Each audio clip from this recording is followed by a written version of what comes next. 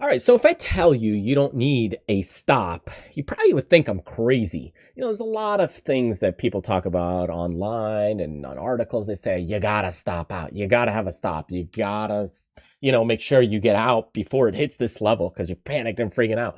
Well, if you're trading options, I'm here to tell you there's certain conditions where you don't need a stinking stop. You might say, you crazy. Well, fact is, let me show it to you. A lot of notion and a lot of training that happens in the world, people get trained in the same ways, kind of like monkeys do over and over again. But when you really go into the professional world and you start seeing what people are doing, and when you start evaluating things on risk management, you'll see that you really don't need to stop in certain conditions, especially if you're trading options. So let's say we go into doing an option contracts, and let's say, well, in this case, we'll just talk about account size. So let's say this paper account, again, this is the one I use for coaching and trading. So by the way, if you're interested in coaching, trading, investing, you can check out the website on tradersfly.com. So let's say over here, I'm looking to put on a trade, and I'm just going to use Zillow because I did this one in my kind of live account. And when we go in and we start structuring a trade, remember the concept of risk management. This business is about risk management and risk to reward. And let's say I am interested in this stock for it to head higher. Now, recently it's been kind of going up. So we had a big down move and then now we're kind of trending to the upside.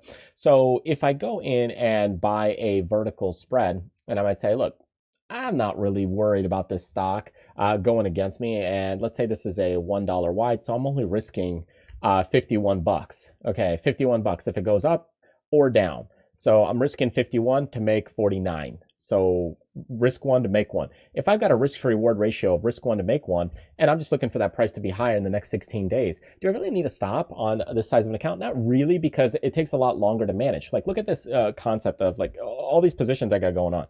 Am I going to really worry about this position to stop out on it? No, because I've got my money spread out in different zones in different areas. So now I could put on this position and I might say, okay, well, now I'll go into this is a vertical. So I'll put that in the vertical section. I've got a position. Do I really need to stop now? No, I don't. I don't need to stop because my risk is predefined in that position right now. I've predefined $51 in that position. Now, let's say I didn't like that.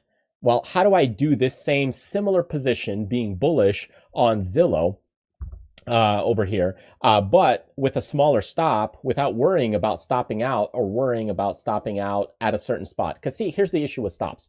I have to manually go in and let's say I stop out at, I don't know, a loss of 20 bucks.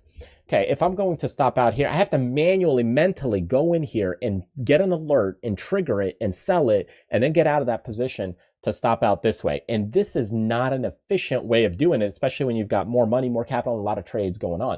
It's also not efficient if you've got a day job or your personal life. Instead, what you could do, rather than doing something like this, is I could set up a structured trade where instead of risking this much, I could just go further out in my strike. Let's go to a 46.47. So you see the first one ended 45.46. Now I'm going to go 46.47.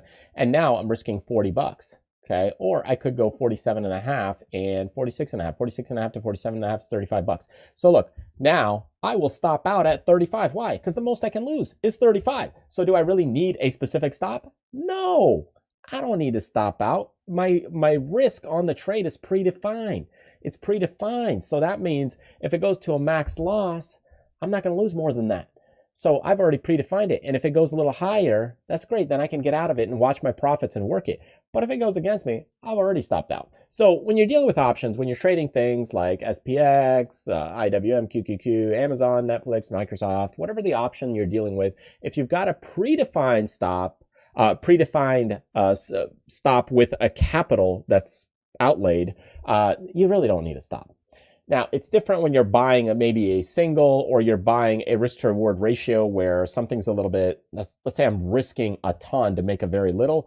In that case, I will say in those situations, you will want a stop. You will want to stop out. Why? Because the amount at risk, like let's say it's not a predefined trade, let's say it's more of a buying stock or buying shares.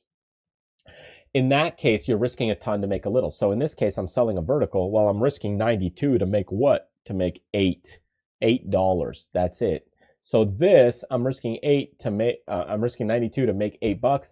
It's not worth it. And that's where you do need to stop. So if it goes down to, let's say, $15, I might say I'll stop out because I don't want to risk 92 if I'm trying to make 8.